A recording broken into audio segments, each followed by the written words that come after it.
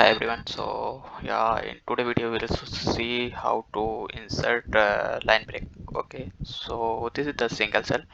So in the single cell there are some word, okay, code with me, and there are some spaces in between the word. So we'll see how to break uh, these three words in a different line. Okay, so to do that we have shortcut for alt and enter. So suppose here code with me. So suppose I want to break the line from code. Okay, so I need to press alt enter, it will get break. So suppose I want to break the again the line from with. Okay, so I need to press alt plus with.